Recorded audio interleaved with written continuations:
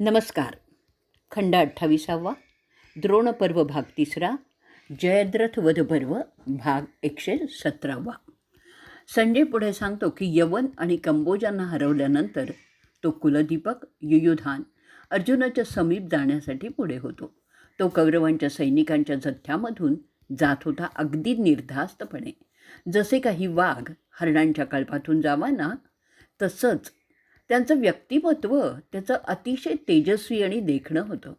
हसताना त्याची शुभ्र दंतपंक्ती चमकत होती. त्याचं चिलखत त्यावर शोभून दिसत होतं. पुढे जात असताना तो त्याचं धनुष्य हाताला झटके देऊन व्यवस्थित करत होता. तो ते सज्ज अशासाठी करत होता की त्याला परत बाण मारायचे असतात म्हणून. त्याच्या धनुष्याच्या मागील बाजूला सोन्याचा मुलामा लावलेला होता. फार सुंदर प्रकारे तो सजवलेला होता. त्याच्या अंगावरील सगळे काही सोन्याच्या मुलाम्यानेच सुशोभित केलेलं होतं. त्याच्या हातातील गोलाकार धनुष्यासह तो सूर्यासारखा चमकत होता. त्याचं धिप्पाड शरीर आणि बांधा असा काही होता की तो त्या तुमच्या सैनिकात उन्मत्त वृषभच असावा असं वाटत होतं. हत्तींमध्ये माजलेल्या हत्तीसारखा तो होता. द्रोणांच्या पलटणी त्यांनी पार केल्यानंतर तो भोजांच्या पलटणीकडे जातो. त्यातून पुढे तो जलासंधाच्या पलटणी पार करतो आणि ते करत असताना रुधिकाचे कित्येक सैनिक युयुधानाला वेढा देतात, त्याचा रथ अडवतात. त्याचबरोबर दुर्योधन, चित्रसेन, दुःशासन, विवांसती, शकुनी, दुस्सह, दर्शन, क्राथ असे तुमचे युद्धशास्त्र उत्तम जाणणारे सत्यकीच्या मागून त्याचा पाठलाग करत असतात. ते सुद्धा तिथे पोचतात. त्या ठिकाणी मोठा गदारोळ होतो. सगळ्याच फौजा एकमेकांवर धावून जातात. सिनीचा नातू त्याच्या सारथ्याला सांगतो, सावकाशपणे पुढे होत राहा. धृतराष्ट्राचे माझ्यावर चाल करून येत आहेत. सत्यकीच्या रथाच्या आवाजाने पृथ्वी जणू काही हादरते. तो कौरवांच्या सेनेचा समुद्र पाहून त्याचं रक्त सळसळू लागतं. कधी एकदाचा त्यांना यमाकडे मी पाठवतोय असं त्याला झालेलं होतं. तो म्हणतो, माझ्या धारदार बाणांनो, मी त्यांची मुंडकी कधी उडवतो असं मला झालेलं आहे. मी इंद्रासारखाच त्यांचा नाश करणार आहे. यांच्या सगळ्या फौजा मी माझ्या धारदार बाणाने मारून टाकणार आहे. त्यांचे सगळे हत्ती, घोडे, त्यावरील स्वार, पायदळ सगळं मी यमाकडे धाडणार आहे. ते त्यांचं संभाषण चालू असताना कौरवांचे योद्धे वेगानेच त्याच्या रथाजवळ येतात. त्यांचं मोठ्यांदा ओरडणं चालू होतं. मारा त्याला, ठार करा त्याला, असे ते एकमेकांना सांगत होते. सत्यकी त्याच्या बाणाने त्यांचा वेध घेण्यास सुरुवात करतो. सत्यकीचं रूप आता फारच भीषण झालेलं होतं. इंद्राचा अवतारच झालेला होता. ते युद्ध फारच भीषण होतं, जसं देव आणि असुरांचं युद्ध असावं. फार मोठ्या प्रमाणात नरसंहार झाला. त्याशिवाय हत्ती, घोडे मारले गेले ते तर वेगळेच. सत्यकीचे बाण अजिबात चुकत नव्हते. सत्यकीच्या एकतर्फी मारामुळे ते तुमचं सैन्य जागच्या जागी उभं राहिलं होतं. बाणांचा नुसता पाऊस तो पाडत होता, त्यामुळे काही हालचाल करणं शक्यच होत नव्हतं. त्या मारामुळे धास्तावलेलं सैन्य पळून जाण्याच्या तयारीतच असतं. तिथे असलेला प्रत्येक कौरव सैनिक त्याच्या बाणांनी जखमी झालेला होता. अहो महाराज, धृतराष्ट्र सत्यकीचं युद्धकौशल्य पार्थाच्या योग्यतेचंच होतं. त्यावेळी दुर्योधन तिथे येतो आणि तो सत्यकीवर बाणांचे वार करतो. त्याच्या सारथ्याला तो बाण मारतो. त्यानंतर सत्यकीला प्रथम 3 आणि नंतर 10 बाण मारतो. दुःशासनसुद्धा 60 बाण मारतो. चित्रसेन 5, शकुनी 6. मग त्यानंतर सत्यकी मात्र त्याचा मारा चालू करतो. तो सगळ्यांना खोल जखमा करणारे बाण मारतो आणि सगळ्यांना बाद करतो. त्यानंतर तो शकुनीचं धनुष्य मोडून टाकतो.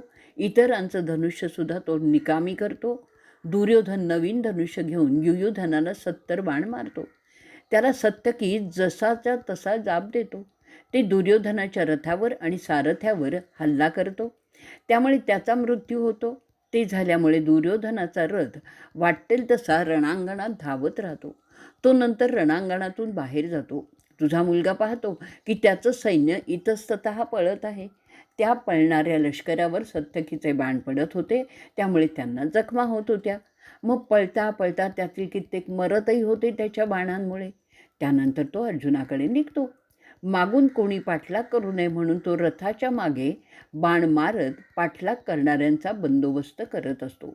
इथेच आपण आपला 117वा भाग संपवणार आहोत. भाग 118. धृतराष्ट्र म्हणतो की युयोधन अर्जुनाकडे जात असताना तो माझ्या फौजांचा परामर्श घेत होता. मग अरे संजया, त्यावेळी माझे बेशरम मुलगे काय करत होते रे? जेव्हा युयोधन जो सव्यसाचीच आहे दुसरा, त्याच्यापुढे आमचं सैन्य कापत होतं, तेव्हा ते काय करत होते ते आता मला ऐकायचं आहे.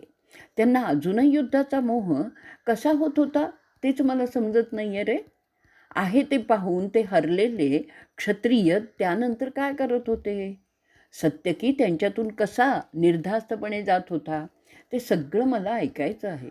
तू फार चांगल्या प्रकारे सांगतोस रे. तू मला सांगितलं आहेस की अरे सुता, आमचं भाग्य बिघडलेलं आहे असं दिसतंय. तो एकटा कसा त्या सगळ्या महारथींना ठार मारू शकतो तेच समजत नाही आहे. अशी मी युद्ध पाहिलेली किंवा ऐकलेलीही नाही आहेत की त्यात एक योद्धा अनेक योद्ध्यांशी लीलया मुकाबला करतो. हे तर काहीतरी नवलच आहे. अरे संजया, माझं सगळं सैन्य पांडवांच्या एका योद्ध्याला हरवू शकत नाही, हे काय रे, कसं होत आहे हे? तो तरुण सत्यकी द्रोणानं नाकीनव करतो, हे मी कसं रे मान्य करू? तो एक अजिंक्य योद्धा, ज्याने अनेक पिढ्यांचे योद्धे शिकवून तयार केलेले आहेत, ते एका मुलाकडून हरतात. त्यांचा रथ घोटाळत राहतो आणि कोणी त्यांना मदत करण्यासाठी पुढे येण्यासही धजावत नाही. हे काय होतं आहे ते मला समजत नाही आहे. तो सत्यकी माझ्या मुलांना उंदीर मारावेत ना अशा प्रकारे मारत होता, ते मी कसं सहन करू? तो महाबली कृतवर्मन, जो अव्वल योद्धा आहे म्हणून जगभर ख्यातनाम आहे, तो युयुधाकडून हरवला जातो म्हणजे काय रे? हे काय होतं आहे ते मला समजतच नाही आहे. असंच जर चालणार असेल तर तो मुलगा माझ्या मुलांनासुद्धा मारूनच टाकणार असेल. फाल्गुनीसुद्धा त्या जोशात कधी लढलेला मला माहिती नाही, ज्या जोशात युयोधन लढत होता. त्याचं शौर्य आणि अभिमन्यूचं शौर्य यात मला खूप साम्य दिसतं आहे. त्यावर संजय म्हणतोय, अहो राजे, या सगळ्या विनाशाच्या मागे आपले दुष्ट विचार आहेत, याचा आपल्याला विसर पडू देऊ नका. मी आता काय सांगतोय ते नीट लक्ष देऊन ऐका. आपल्या मुलाच्या आज्ञेने सनसप्तक एकत्र येऊन भयंकर लढाई करण्याचं ठरवतात. 3000 धनुर्धारी त्याच्या आदेशानुसार लढणार होते. त्यात शकसंद कंबोजी, वल्लिक, यवन, परद, कलिंग, तंगनी, अंवष्ट, पिशाच, बर्बर आणि पहाडी लोक असे सगळे होते. अहो राजे, आता ऐका. ते सगळे एकट्या सात्यकीच्या विरुद्ध लढण्यासाठी त्याच्यावर हल्ला करतात, जसं टोळधाडच ती असावी. इतर 500 योद्धे त्याचप्रमाणे त्याच्यावर चालून जातात. त्याच्याकडे हत्ती, घोडे, रथ आणि पायदळ होतं. त्याचं नेतृत्व दुःशासनाकडे होतं.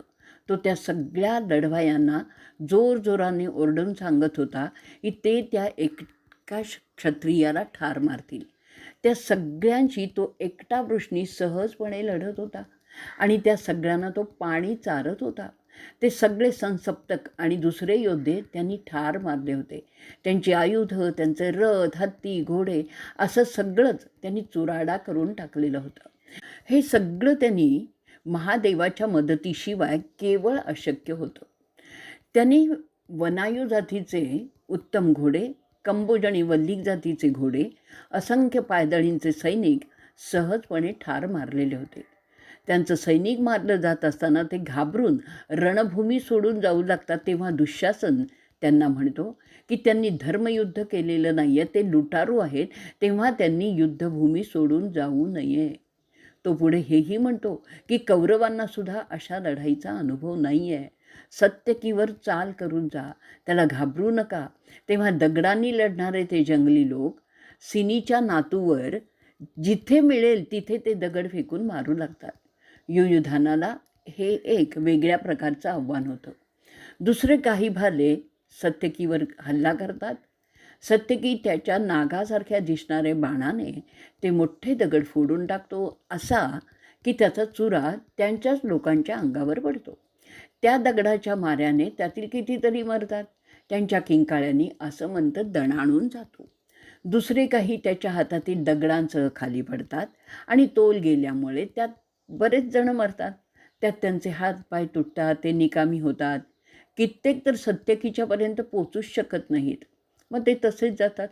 बाकीच्या काही जणांना सत्यकी त्याच्या बाणांनी मारून टाकतो. तरीही काही त्याचे दगड आणि इतर प्राथमिक स्वरूपाचे आयुध घेऊन लढण्यासाठी पुढेही जातात. त्यामध्ये दरद, तंगनी, खासी, पुलिंद असे होते. सत्यकी त्याच्या युद्ध कौशल्याने त्याची सगळी त्यांची आयुधं नष्ट करतो आणि त्यांना कंठस्नान घालतो. त्यांचे हत्ती आणि रथ पळून जातात. त्या दगडाच्या माऱ्याने जखमी झालेले हत्ती, घोडे आणि माणसं लढण्यास आता निरुपयोगीच झालेले होते. ते युयुधानाच्या रथापासून दूर निघून जातात. तो सगळा गोंधळ द्रोणांच्या कानावर जातो. ते त्याच्या सारथ्याला सांगतात की अरे सुता, तो सत्वत घराण्याचा योद्धा माझं सैन्य उधळत आहे. जसा काही साक्षात यम आला आहे असंच ते होत आहे. आपल्याला त्याच्याकडे गेलं पाहिजे. आपले सैनिक बेभान झालेले आहेत. ते ऐकून त्यांचा सारथी त्यांना म्हणाला, त्याच्यामुळेच कौरवांचं सैन्य पळत आहे. पांचाल आणि पांडव एकत्र येऊन आपल्या फौजांचा नाशही करत आहे. आता मला सांगा, कोणतं काम प्रथम करायचं? इथे थांबून पांचालांचं परिपात्य करायचं की सत्यकीकडे जायचं? सत्यकी म्हटलं तर तो आपल्या पुढे फारच निघून गेलेला आहे. तो बोलत असताना अचानकपणे त्यांना सत्यकी समोरून येताना दिसतो. तो कौरवांच्या लष्कराचा सत्यानाश करतच असतो. कौरवांचं सैन्य त्याच्यापासून दूर पळतच होतं. युयुधानाच्या मारामुळे हैराण झालेले कौरव, ज्यात दुःशासनसुद्धा होता, ते आता सगळे द्रोणांच्या संरक्षणात जातात आणि इथेच आपण आपला 118वा भाग संपवणार आहोत. भाग 119. संजय पुढे सांगतो की दुःशासनाचा रथ त्यांच्याकडे येत आहे. ते पाहून द्रोण त्याला म्हणतात, अरे दुःशासना, तू असा युद्धातून पळून का जातोयस? राजा ठीक आहे ना? सिंधचा राजा मेला की जिवंत आहे? तू राजपुत्र आहेस कौरवांचा, तू राजाचा धाकटा भाऊ आहेस. तुला युद्धातून पळून जाणं शोभत नाही. तसं झालं तर युद्ध कोण करणार आणि कोणासाठी आणि का? तू विसरतोयस की तू युवराज आहेस. तुला आठवतंय का रे की एकदा तू द्रौपदीला म्हणाला होतास की ती तुमची दासी आहे, तिने तिचे नवरे सोडून द्यावे. कारण काय तर ते नालायक आहेत. मग आता काय तुला झालं? त्यांच्याबरोबर तुम्ही युद्धाला आव्हान दिलं आहे. अशा परिस्थितीत तू युद्ध सोडून कसा पळतो आहेस? तुम्हीच तर पांडवांशी वैर प्रारंभ केलेला आहे, हे तर सगळं जगत जाणतंय. अरे पांडवांचं सोडा रे, या एकट्या सत्यकीशी तू लढू शकत नाहीस आणि त्या पांडवांना तू तिळातील कचऱ्याची उपमा देत होतास. आता कोण कचरा ते जगाला समजलं आहे. याची लाज आहे का तुम्हाला? जेव्हा त्या दूताचे फासे तुम्ही टाकत होतात तेव्हा तेव्हा तुम्हाला जाणीव होती का की ते फासे एके दिवशी धारदार विषारी बाण बनून तुमच्या अंगात घुसणार आहेत? त्या खेळाच्या वेळी तू किती अपमानास्पद बोलत होतास. त्या द्रौपदीने जे शाप तुम्हाला दिलेले आहेत ते तुम्ही आज भोगत आहात. मग तो रुबाब कुठे गेला तुझा? तो उद्धटपणा कुठे गेला? तू तर तुझ्या भावाचा मर्दबंधू आहेस. मग असा लपून छपून सारखा का पळतो आहेस? तुला माझ्या संरक्षणाची गरज का वाटते आहे? तुझं क्षात्रतेज कुठे गेलं? तू पळत आहेस, मग तुझ्यासाठी लढणाऱ्यांनी काय करावं? त्यांनी का मरावं तुझ्यासाठी? मी का लढावं तुमच्यासाठी? जर दुर्योधनाचा शूर भाऊ युद्धातून पळत आहे, त्याऐवजी तू खरं तर मरेपर्यंत लढलं पाहिजे फक्त तुझ्या भावासाठी. तू तुझ्या सैन्याला दाखवलं पाहिजेस की तू खरा योद्धा आहेस. त्याऐवजी तू युद्धभूमी सोडून पळत आहेस. याचा अर्थ काय समजायचा? जर मुख्य राजेच पळू लागले तर तुमच्या दोस्तांनी कशाला मरावं अशा या युद्धात? जा, त्या योद्ध्याला एकट्याने तोंड दे. त्याच्यापुढे तुमची ही गत आहे तर मग तो गांडीवधारी जेव्हा येईल तेव्हा तू काय करणार आहेस? त्याशिवाय भीमसेन, नकुल आणि सहदेवही आहेत. जर तुम्हाला असं पळून जायचं असेल तर त्यापेक्षा युद्ध थांबवून पांडवांशी समझोता करावा. त्यांचं त्यांना देऊन टाकावं. ते जर केलं नाही तर ते पांडव तुमचे सगळे भाऊ ठार मारून टाकणार आहेत. तो भीम तुमच्या सैन्यात घुसून एकेकाला पकडून ठार मारणार आहे. त्याचा विसर तुला पडलं आहे का? युधिष्ठिर आणि कृष्णांपुढे जाऊन क्षमा मागून तहाची बोलणी करावीत, असं पडून काय उपयोग आहे? तुला आठवत असेल की भीष्म बोलत होते की पांडव कधीही हरणार नाहीत, कारण त्यांच्याबरोबर माधव आहे. जिथे नारायण आहे तिथे नेहमीच विजय असतो. तरीही तुम्ही ते मानलं नाही. तुम्हाला वाटलं की पांडव वनवासात जाऊन बर्बाद झालेले आहेत, तेव्हा त्यांना भिण्याची आता आवश्यकता नाही. परंतु तुमचा इथेच अंदाज चुकलेला आहे, हे लक्षात घे. म्हणून तू बऱ्या बोलाने परत फिर आणि त्या सत्यकीला सामोरे जा. जर तू तसं केलं नाहीस तर तुझे सगळं सैन्य तुझ्याबरोबर पळून जाईल आणि तुमच्या पदरी नामुष्कीच येईल. द्रोणांचं ते बोलणं ऐकलं न ऐकल्यासारखं करत दुःशासन परत फिरला.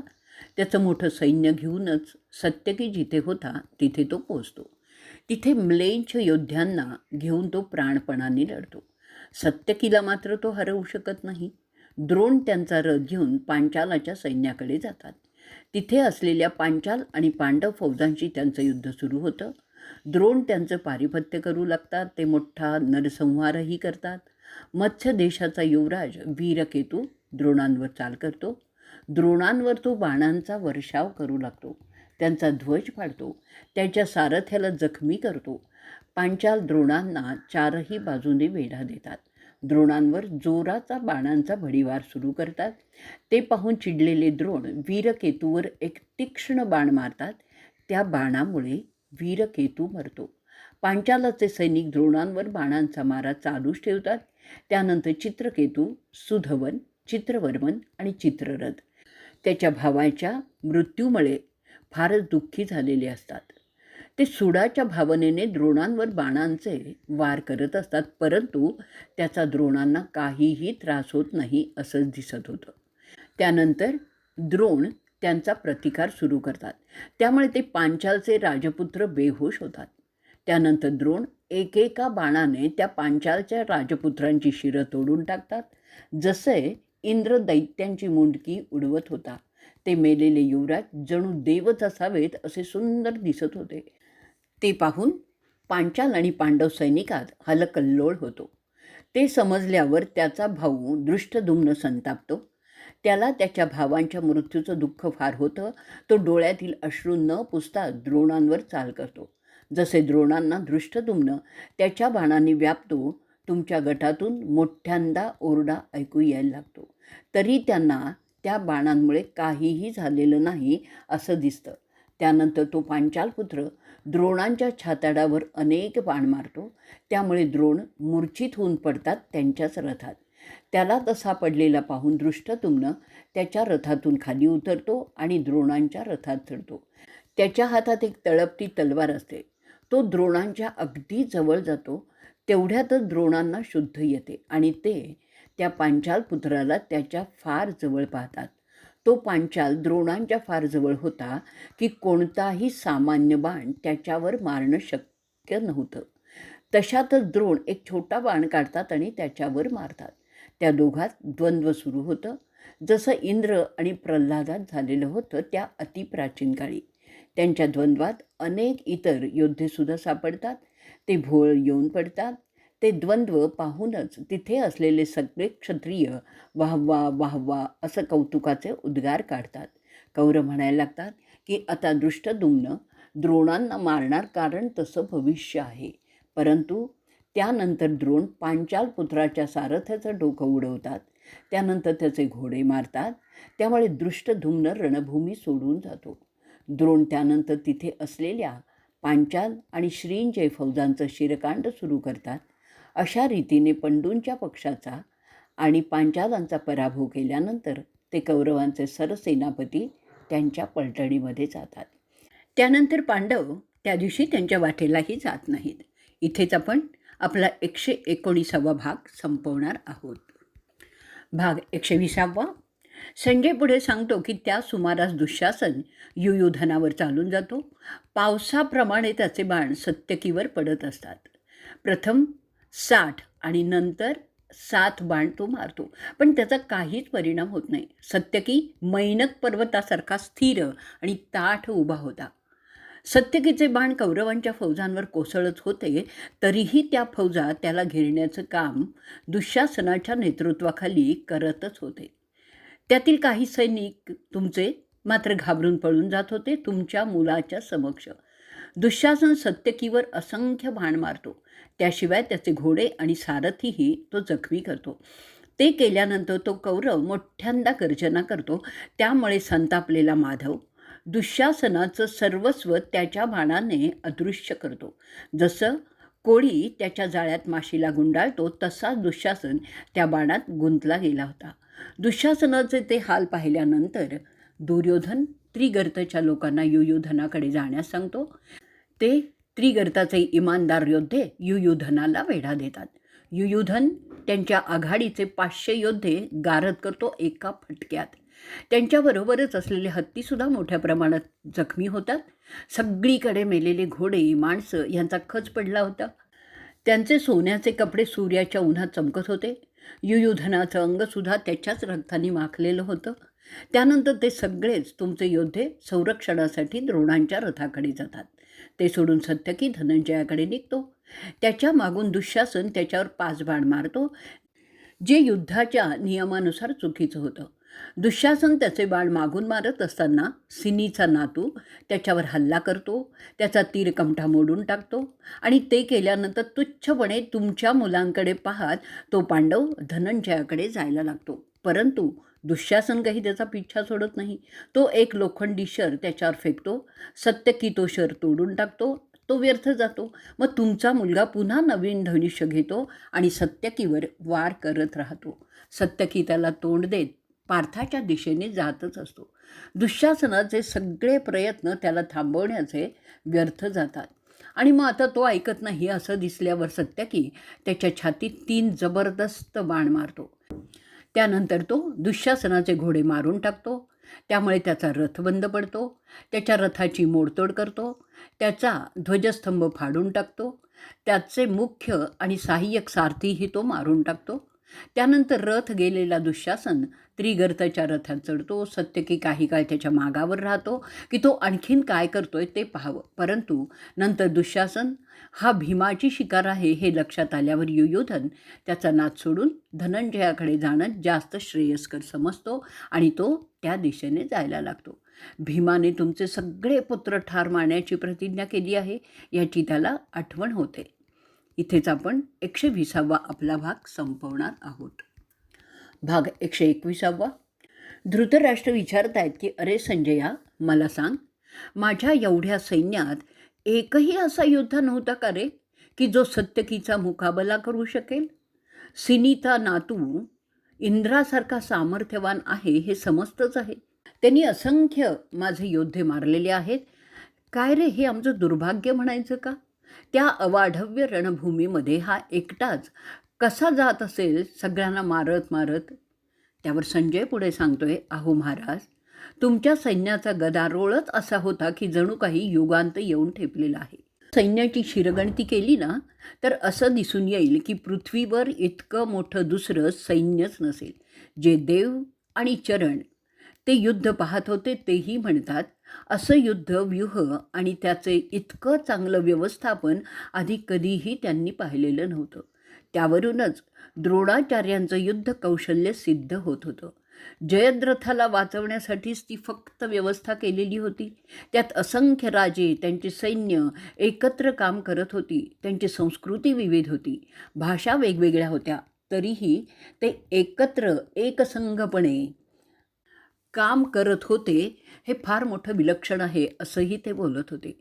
त्या लढणाऱ्या योद्ध्यांचं ओरडणं सागरातील लाटांच्या गदारोळासारखंच होतं. भीमसेन, दृष्टद्युम्न, नकुल, सहदेव, राजा युधिष्ठिर मोठ्यांदा ओरडत होते, धरा, पकडा, मारा, हल्ला करा. त्यावेळी धनंजय आणि कृष्ण त्या शत्रूच्या परिसरात शिरत होते. ते त्यांच्या योद्ध्यांना सांगत होते की असं करा की त्या दोघांना विनासायास जयद्रथापर्यंत जाता येईल. जर सत्यकी आणि अर्जुन ते मारू शकले तर कौरवांसाठी ती मोठी कमाईच ठरेल, आपल्यासाठी पराभवाची नांदीच ठरेल. त्या आदेशाचं पालन पांडवांचं लष्कर करत होतं. त्यांचं नेतृत्व भीमाकडे होतं. त्याशिवाय पांचालाचे राजपुत्र होते. कौरवसुद्धा जीवाची बाजी लावून जयद्रथाला वाचवण्याचा प्रयत्न करत होते. त्यात येणाऱ्या मरणामुळे त्यांना स्वर्गात प्रवेश तर मिळणार म्हणूनही ते बिनधास्तपणे लढत होते. त्या क्षत्रियांना ती एक पर्वणीच वाटत होती. त्या लढाईत सगळ्यांना बाद करून सत्यकी अर्जुनापर्यंत पोचवण्याचा प्रयत्न करत होता. दोन्हीही बाजूचे आपापल्या कर्तृत्वाचं प्रदर्शन करतच होते. दुर्योधन पांडवांच्या फौजांना विभक्त करण्यात गुंतलेला होता. दोनही बाजूंचा नरसंहार होतच होता. त्याची कोणाला पर्वाच नव्हती, कारण जे मेले ते स्वर्गात गेले होते असं ते समजत होते. त्यावर धृतराष्ट्र म्हणतायत, जसं पांडवांचं सैन्य आघाडीवर जात होतं तेव्हा माझ्या मुलांची काय मनस्थिती होती ते मला सांग. मला आशा आहे की तो युद्धातून पळून जाण्याचा विचारच करत नव्हता. ती लढाई ज्यात एक योद्धा अनेकांना तोंड देत आहे, मला एक राजा म्हणून अन्यायकारक वाटतंय. माझी मुलं आरामात आणि वैभवात वाढलेली आहेत. आता तो दुर्योधन राजासुद्धा झालेला आहे. तो अनेकांना कधी एकटा तोंड येऊ शकेल असं मला वाटतही नाही आहे. त्यावर संजय सांगतोय, जरा ऐका महाराज. त्या एकाविरुद्ध अनेक अशा लढाईचं वृत्त पांडवांचं सैन्य दुर्योधनाने हलवलं होतं. जसे उन्मत्त हत्ती सरोवरात असलेल्या फुलावर आलेल्या कमळांच्या दांड्यांना हलवतो. पांडवांचं सैन्य पराभूत होत आहे ते पाहून भीम तिथे जातो. त्याबरोबर दुर्योधन त्याला 10 बाणांनी भुसकतो. नकुल आणि सहदेवांना प्रत्येकी 6 मारतो. दृष्टद्युम्नाला 20 मारतो. द्रौपदीच्या मुलांना प्रत्येकी 5-5 मारतो. शिखंडीला 100 मारतो. त्याशिवाय पांडवांचे हत्ती आणि घोडेसुद्धा तो पुष्कळ मारतो. त्याच्या काम करण्याच्या पद्धतीवरून समजत होतं की त्याचं शस्त्रांचं ज्ञान परिपूर्ण आहे. ते स्वतःभोवती गोल फिरत निशाण साधत होता. त्यावेळी युधिष्ठिर 2 बाण मारून तुझ्या मुलाचं धनुष्य तोडून टाकतो. त्यानंतर 10 जोरदार बाण मारतो दुर्योधनावर, परंतु ते बाण दुर्योधनाच्या चिलखताला लागतात आणि ते तुटून पडतात. त्यावेळी पार्थ मोठ्या कौतुकाने युधिष्ठिराभोवती जमा होतात, जसे इंद्राभोवती देव वृत्राच्या वधाच्या वेळी जमलेले होते. तुझा शूरवीर मुलगा नवीन धनुष्य घेतो आणि युधिष्ठिराला म्हणतो, थांब थांब, आणि त्यानंतर त्याच्यावर चालून जातो. पांचालाचे योद्धे त्याला अडवण्यासाठी पुढे होतात. त्यांच्यात धुमश्चक्री युद्ध होते. असं भीषण युद्धच पाहिलं नाही असं आकाशातील प्रेक्षक सांगत होते. मोठ्या प्रमाणात संहार होतो, जणू काही युगांतच आलेला आहे.